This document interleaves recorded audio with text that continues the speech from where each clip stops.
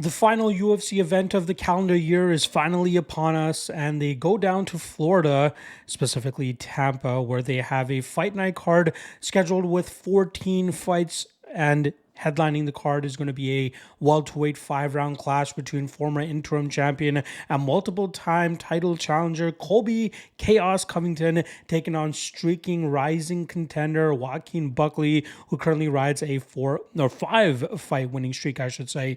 In the co-main event, we got Tampa's own Billy Quarantillo taking on veteran Cub Swanson, and a bunch of other great fights to go through as well.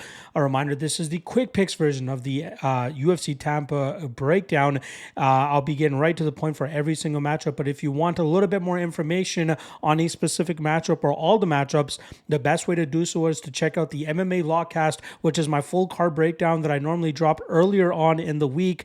The link for that is either in the description below, or you can just check out the YouTube channel and check out all the other great content while you're at it as well. A quick reminder, we also have three other regional shows that I'll be breaking down for this weekend. We do have PFL Europe, which is their championship card, going down Saturday afternoon/morning. I should have already dropped the PFL breakdown on the YouTube page for you guys, but the full odds are not out yet, so I'm going to wait for that to drop. So you'll probably get that breakdown on Friday afternoon, so stay tuned for that. Otherwise, we have Cage Warriors and ACA going down this weekend as well, and I'll have those broken down in written form. So make sure you guys check out the MMA LOTN Patreon page. A link for that is in the description below. All right, let's not waste any more time. Hope you're laced up and ready to go, because we're off and running with the first fight of the night between Josephine Knutsson going up against Piera Rodriguez. We are starting to see Knutsson ceiling a little bit, but I still believe her hard-nosed style of striking, blitzing the pocket, and landing big shots while mixing it up in the clinch will be too much for Piera Rodriguez to deal with, and I expect Knutsson to grind this fight out and pick up her 9th straight win by decision. Next up, we got Davy Grant going up against Ramon Taveras. Grant has been taking some action this week by the public, and I think rightfully so. I believe his strength of schedule, durability, and cardio advantage will allow him to land big enough shots against Ramon Taveras here, and I believe that will eventually lead to a knockout victory for the veteran. Next up, Miranda Maverick going up against Jamie Lynn Horth. It doesn't surprise me to see Maverick as chalky odds again, but I do expect that to come through for her, as I believe she'll be able to use her physicality and grinding approach to keep Horth in defensive positions, allowing her to win this fight by decision. Next up, Miles Johns going up against Philippe Lima. This is not Cody Garbrandt, the fighter that Johns was scheduled to face twice over the last few months, but John still wanted to get a fight in before the holidays, and he's getting a much tougher opponent who is not as known as Cody Garbrandt. With that stat, I believe the odds are a little bit too wide here, but my prediction is still going to be on the Lima side, as I believe his more technical and aggressive striking approach and defensive grappling will allow him to land more damage and eke out a decision here, but you have to consider Miles Johns as a potential dog here at plus 200. Next up, Sean Woodson going up against Fernando Padilla. I do like Woodson, who has put together a very solid 5-0-1 streak over his last 6 fights. With his 6'2" height and 78-inch reach, I expect him to really touch up Padilla from distance, be a pest with his jab and his footwork, and go on to win another classic Woodson decision.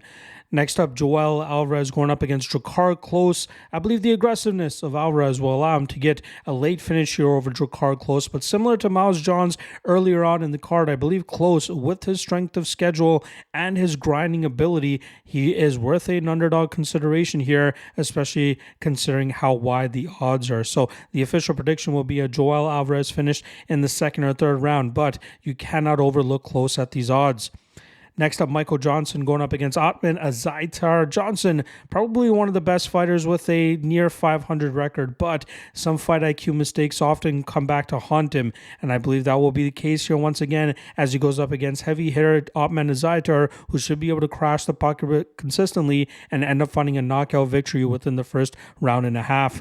Next up, Navajo Stirling going up against Tokkos. I do not believe Tokkos is a UFC-worthy competitor, and I believe Stirling will make that clear once again as he goes up there and finds a knockout within the first round.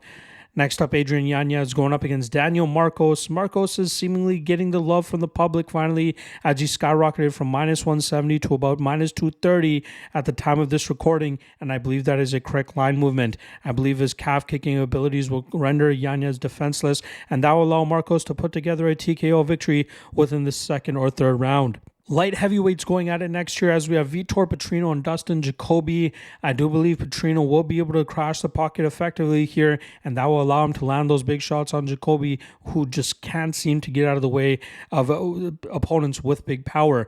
Look for Petrino to crash that pocket, make Jacoby uncomfortable, and eventually find a finish within the first 2 rounds.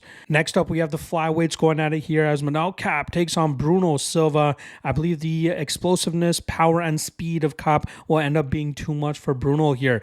I look for Kape to land the more damaging and significant strikes, which could lead to a finish, but ultimately my prediction is going to be Kape to win this fight on the scorecards.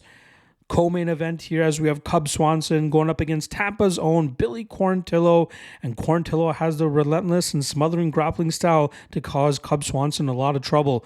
Obviously, Swanson will be the better striker here, but look for his Quarantillo to crowd his space, eventually jumping on the back of Swanson and eventually sinking in a rear naked choke. I believe that finish comes within 10 minutes. And now the main event where we got Kobe Chaos Covington going up against Joaquin Buckley. Covington is a tough fighter to predict at this stage of his career, especially the flat performance that he gave us with Leon Edwards last year.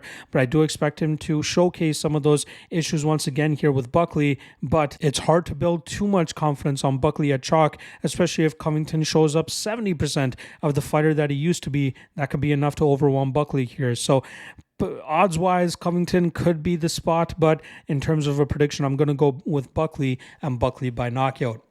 There you guys go. Quick picks for UFC Tampa, the last card of the year. Don't worry, I will have you covered with some other content and videos over the holidays. Obviously, we got KSW and Octagon going down to end off the year. I may do breakdowns for those. Let me know if you guys want those in the comment section below.